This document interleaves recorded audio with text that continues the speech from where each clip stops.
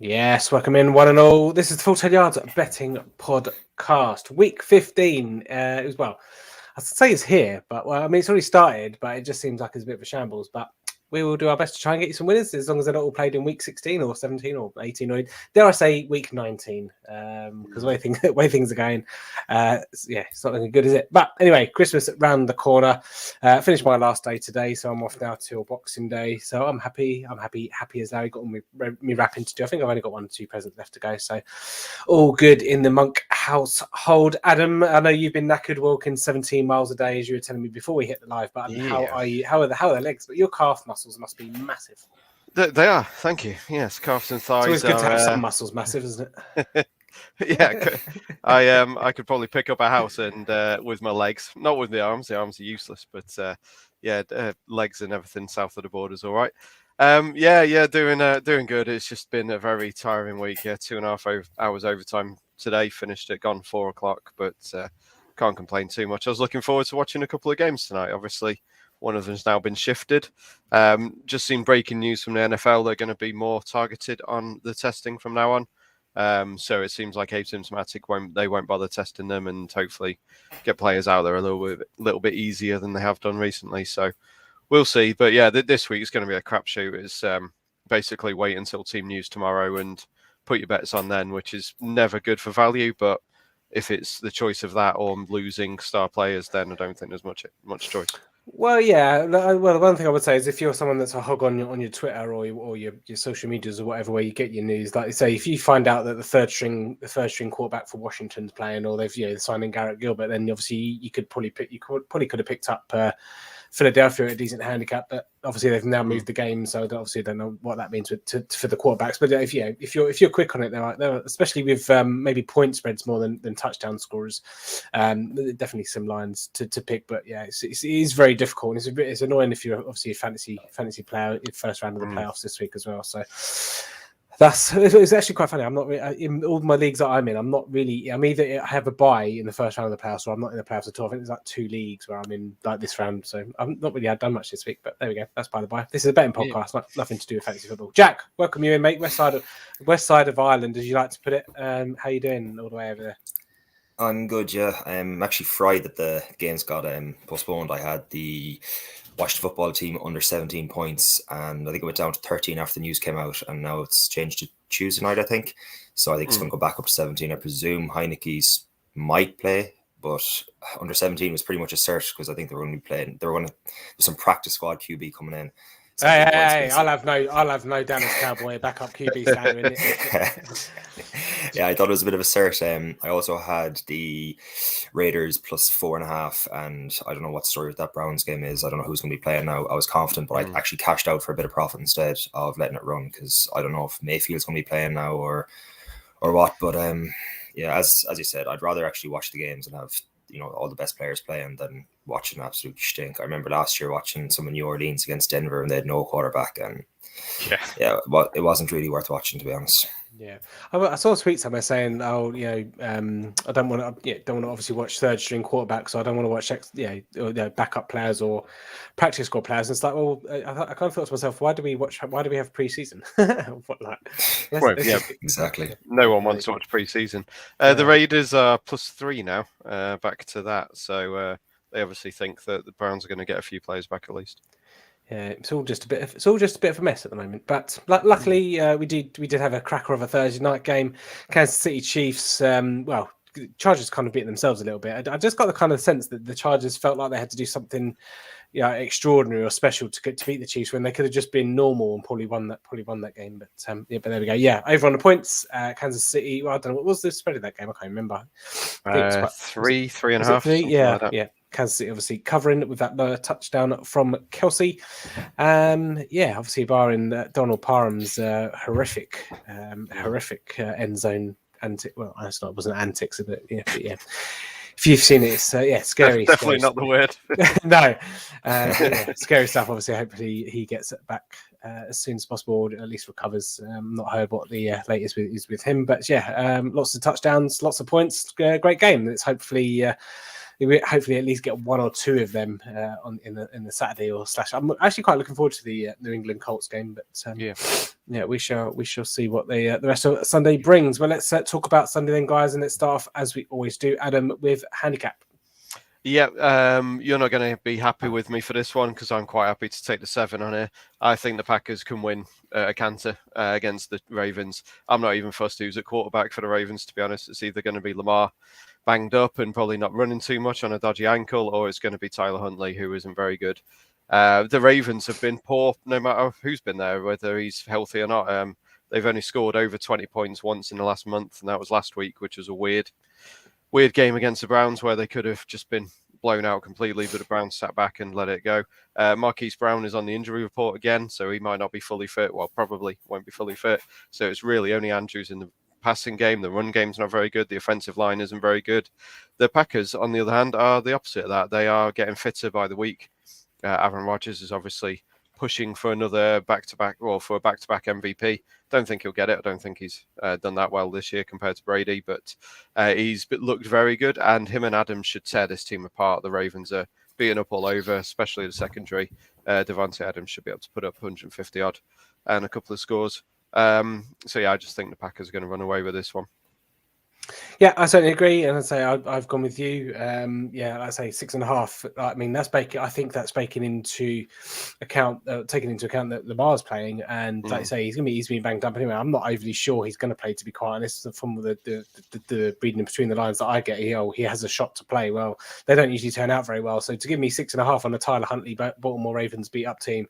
Give me 6.5, and like I say, give me. Yep. Yeah, I'll even take the 7, Adam. That's how confident I'm feeling. Not 7.5 though.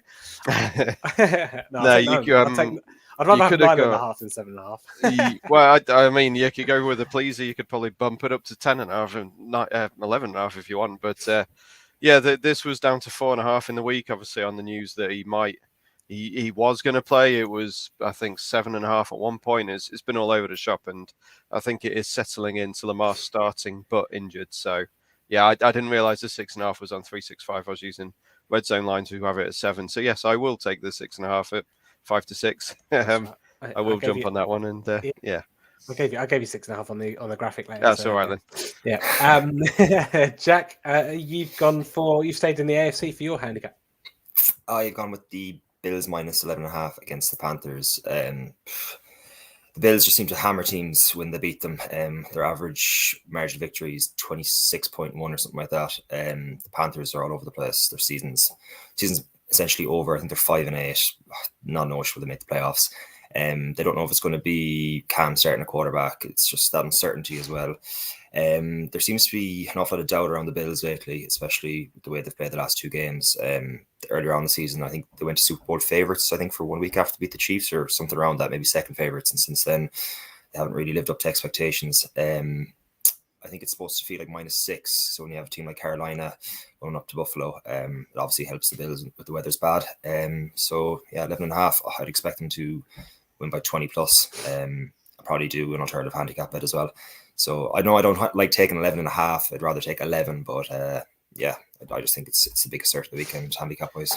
Yeah, Carolina do certainly seem to be in a bit of disarray, like you say, the quarterback position. Like I don't even think they've got a clue what they're doing at the quarterback position, which is obviously the most important position of the team. So there we go.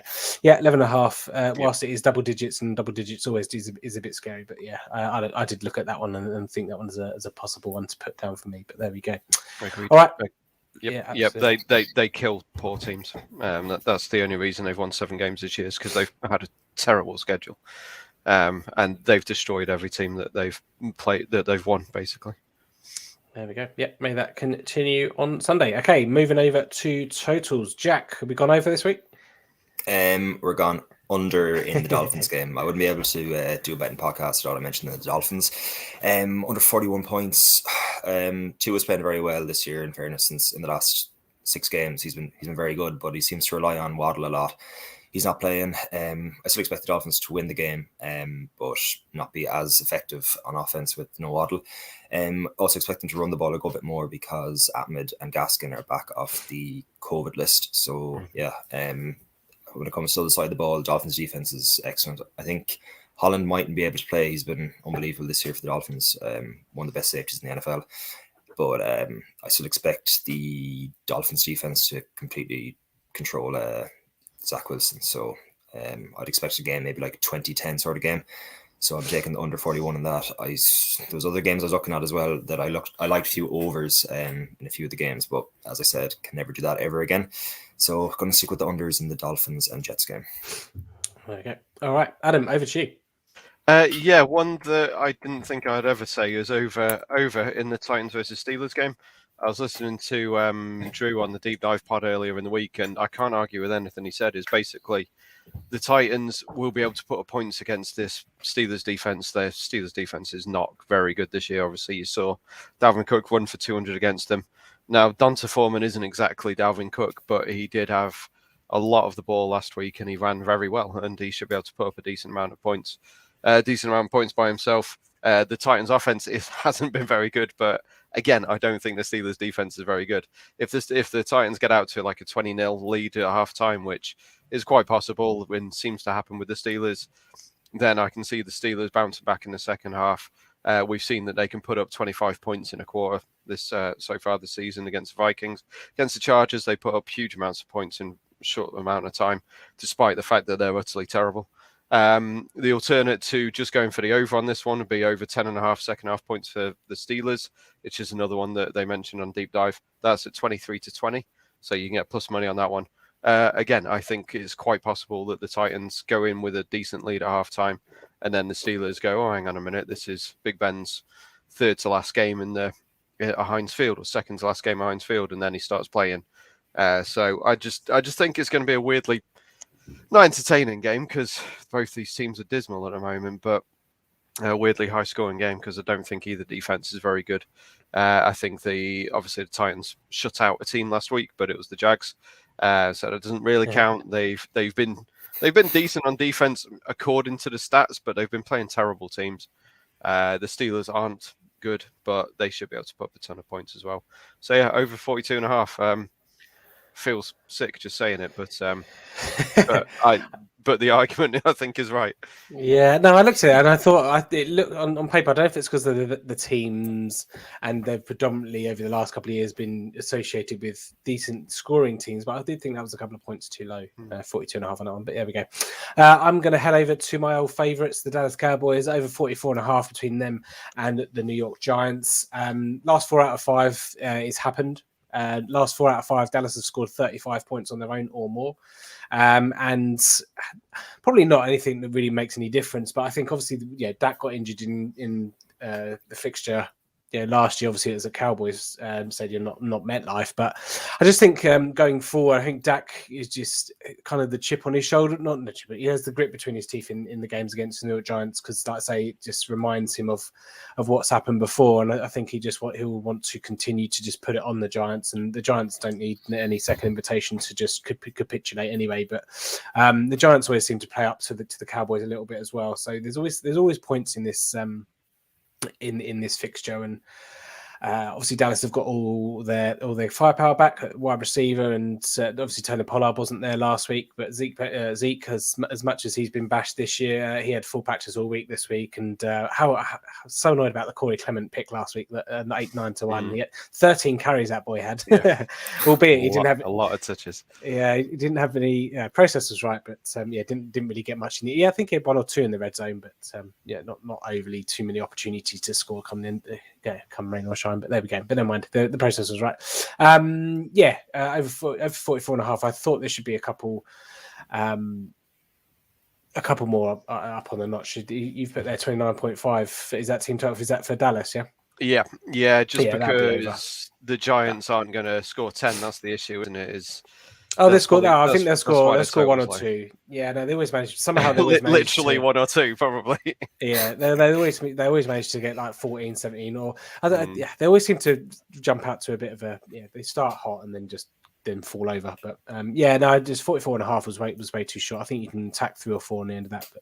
But these games usually end up with 50. I looked at the weather. Weather looks to be fine. Not really much in the way of wind and just cloudy. So that was one reason why I thought it might have been that low. So it even made me go and check NFLweather.com. That's how I felt about it.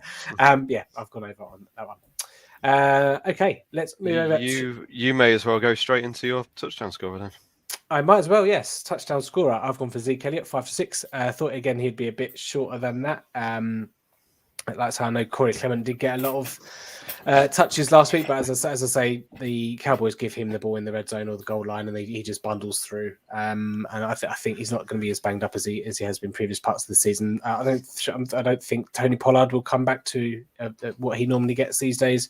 And like I say, Corey Clement's not really. If they were going to give him goal line stuff and loads of decent touches, they would have given him to him last week when they were blowing out the Washington football team. But 5 to 6, I thought it was a bit short. We've said it on quite a few podcasts over the last couple of weeks. You're going to give us prime bell cow running backs. Well, obviously Zeke's not as much as he used to be, but the Mixons, all the rest of them, anywhere near evens, then I'm going to take them. In a game where Dallas are going to be putting up over 30, I'll be surprised if Zeke doesn't find his way in the end zone. He always does like scoring against the Giants. He scored 5 out of his last 6 games against the Giants, and he's actually scored more than once in 2 of his last 3. He does like scoring against the Cowboys. Seems to be just one of those teams he finds the end zone. So Zeke Elliott, 5 to 6 for me. Adam, touchdown scorer. I've gone with the boy you chose last week, Devontae Adams, 5 to 6 again this week, which is a bit strange that they've kept him the same odds. Again, it's pretty much everything I said in the Packers versus Ravens handicap. The Ravens defense is beaten up, and Rodgers and Devontae Adams should be able to tear them apart. As I say, I think Adams 152 touchdowns isn't out of the realms of possibility. And weirdly, he's 5 to 6 for 1. He's only 16 to 5 for 2 or more. So I've given that a miss. I was tempted to go with that, but just over 3 to 1 for 2 or more is not very good at all. So obviously completely ignored that one. Makes me feel like the 5 to 6 is wrong there. Then if they've gone 16 to 5 for both, but 2. Yeah, so I'm happy to take it. Donta Foreman 7 to 4. Again, I mentioned him in my overs bet for the Titans. He is the main running back for the Titans at the moment.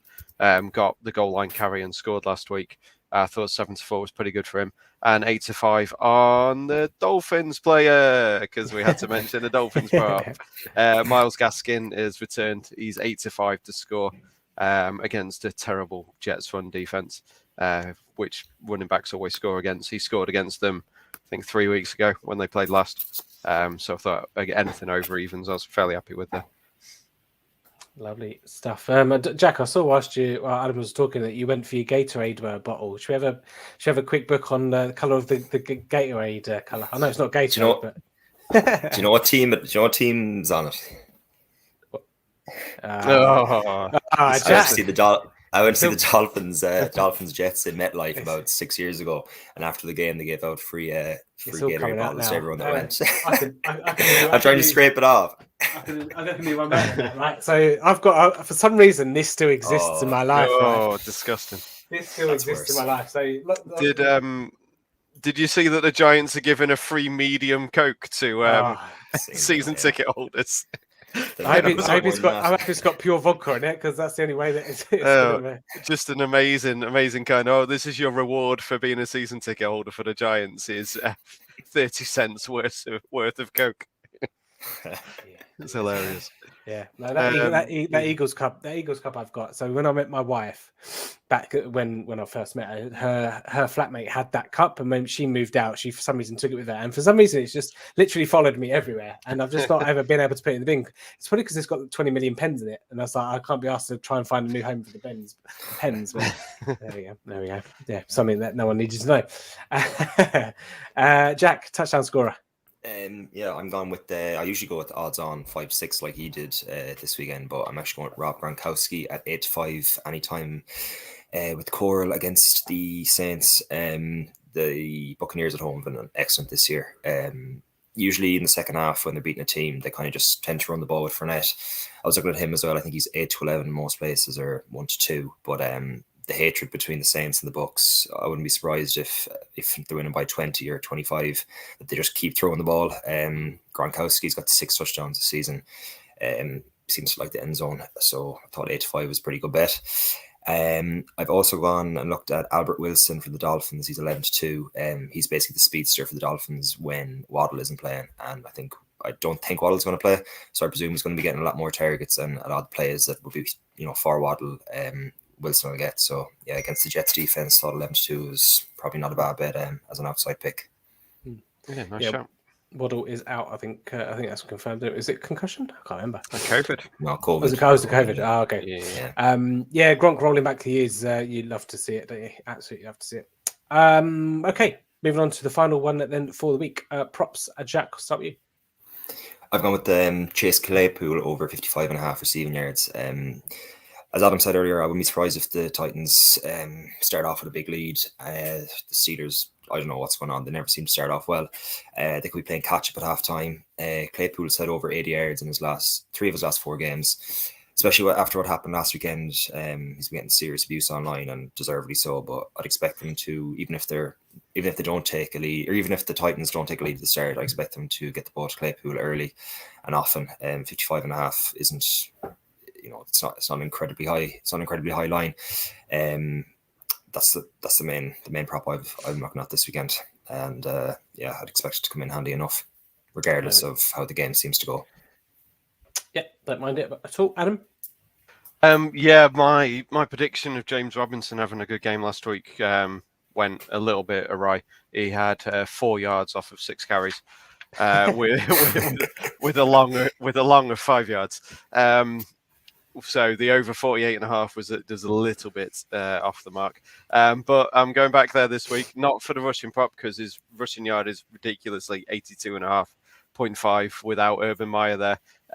Obviously, you've got to expect the Jags are in FU mode, and they are going to actually play well this week. I put out a post on Twitter in the week about on last Sunday. Actually, I knew I was going to get a lot of replies for it about maybe Trevor Lawrence isn't that good. Well, now's his time to prove that he is actually that good, because all the responses I got was that it was Urban Meyer's fault and everything was Urban Meyer's fault and the situation was terrible and blah, blah, blah. So if he can pass to James Robinson for over 18 yards, then I'll be a happy man, because my bet this week was James Robinson over 17.5 receiving yards. It will be very interesting to see how they go, to be honest, because I do agree he's in a terrible situation. But I also think that Trevor Lawrence has been pretty bloody terrible, frankly, this year. So we've got to hope he isn't broken and that he's going to turn it around. But anyway, that's my little rant on Trevor Lawrence. James Robinson, I think he's going to get loaded up this week. The interim coach has said that he's his guy. He's going to use him a lot. So he used to average about 3.5, 4 targets in the passing game. Should be able to get over 17.5. receiving yards for that. So I'm going to take that. If anything, I'll take under on the rushing yards. I can't. 82.5 is ridiculously high after 48.5 last week. But that's why I went with receiving line. Yeah, no, I don't mind it, and that's how I'm with you in the Lawrence. I've never been not impressed isn't the word. I've never been enthused by Lawrence. It doesn't matter what situation you're in. Like, you look what Max Stafford walked into, you look at what all these other quarterbacks walked into, and it just doesn't feel right with what he's doing. But yeah, we could be all day. I could be all day talking about why I think that. But I obviously hope for him he turns it around. But I'm not overly enthusiastic that I think he will do. But there we go. That's for another time. Jack, prop. I've given mine already. Chase Claypool. Oh yeah, of course you have. Of course, yeah. There we go. All right, I'll give you mine then. What did I go for? I went for I found it really hard to find a prop this week, so I've gone for a bit of a weird one. I've gone Najee Harris under 4 receptions. Now I know you said about obviously the catching up and of the Pittsburgh Steelers against Tennessee or whatever because they get behind, but the thing is, like, they've been doing that. If you look at his numbers, Najee Harris has not really had much in the way of reception. He had that one big game at the start of the year. We had like 14 targets and 13 receptions or something like that. But then last couple of weeks, he's barely done anything. Sorry, that's really bad English. Anything in the passing game, because obviously you've got Claypool, you've got Johnson, you've got Frymouth has obviously come to the fore as well. He's not actually really done very much in the passing game. So I thought, Did I write anything down for this? He's only So obviously, if it's four receptions, you get void bet, which is fine. But he's only his last 7 matches, it's only happened twice. So and then I went back and looked at the Titans, what they kind of give up to running backs, and they don't give up a lot. They're not played the greatest of teams. They played the Jags, they played the Patriots, who used to be quite a passing team to the running back, but obviously James White isn't there. But yeah, Titans don't seem to give up too much to the running back. So because I was looking at the yardage mainly for Harris in receiving yards, but didn't really like that either. So yeah, I've gone under 4 receptions. I don't think necessarily he'll kind of continue that trend. There seems to be a trend there at the moment. So I don't necessarily like it. I didn't really like any props this week, and I did take a decent look for a little while, but that's the one I found under four receptions. I don't think you get to 5 and you get 4 avoid as a 4. So there we go. There we go. All right. Well, that's all of us done. That's Christmas money one. So that's Christmas money sorted. I'm still. How did you boys do last week? You got 2 out of 4, Jack, and Adam. You got one. I got and one, 1 and 2. Yeah. It was so 1, 2, and 1. Sorry. Yeah, it was not a good week after a month of us keeping you afloat. It's gone the other way. I'm on a decent roll. What have I got? 3, 6, 9, 11 out of whatever, 4, 8, 12, 16, 11 out of 16 over the last month.